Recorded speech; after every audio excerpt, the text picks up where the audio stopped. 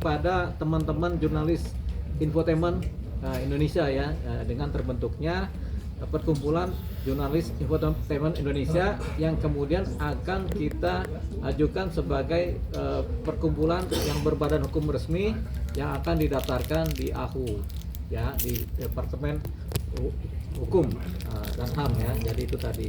Jadi itu dari saya ucapkan selamat terhadap terpilihnya Bapak Taufik beserta kemudian dengan teman-teman juga. Jadi ini rasanya sudah indah ya. Jadi silakan nanti Pak Taufik yang akan meneruskan karena ketuanya adalah Pak Taufik sekarang sebagai ketua PJII begitu. Bang Dio, mungkin awalnya tergerak dengan PJII ini mungkin gimana Bang? Kalau saya kan cuma pengacara, jadi posisinya tentunya karena pengacara juga terkait dengan banyak undang-undang, salah satunya adalah undang-undang pers, di mana perlunya juga pembelaan-pembelaan terhadap teman-teman pers, terutama yang terkait dengan undang pers ya, para jurnalis. Akhirnya namanya kita pengacara, kita memang akhirnya melihat bahwasanya undang-undang pers ini terutama para pelakunya yaitu para jurnalis memang perlu di backup secara hukum ya.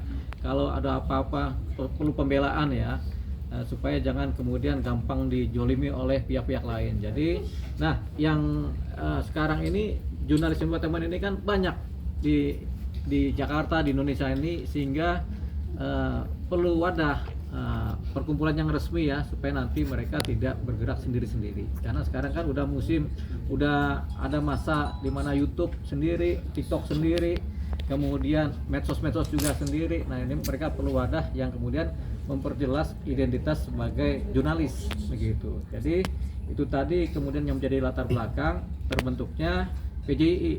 Mudah-mudahan nanti semakin banyak anggotanya semakin kuat sehingga posisinya sebagai jurnalis yang resmi juga kemudian bisa diterima oleh masyarakat. Ini juga kepentingannya adalah kepentingan untuk pembelaan hukum, kepentingan untuk kesejahteraan dan lain-lain. Gitu. Jadi itu kepentingannya. Bang, berarti bisa dibilang kalau misalnya di antara kita semua ini ada yang somasi atau diancam oleh salah satu pihak manapun oleh ya orang-orang besar atau orang-orang yang menengah, Abang siap maju membela dan bersama Pak Taufik untuk ya tentunya kita secara bersama-sama akan membela membela yang lain. Jadi nggak sendiri-sendiri lagi, tapi adanya satu disomasi atau kemudian dikenai hukum ada pembelanya, yaitu kita semua sebagai anggota dari PJII. Nah saya kebetulan adalah berada di wilayah PJII sebagai bagian dari PJII, mungkin sebagai pengacaranya saja.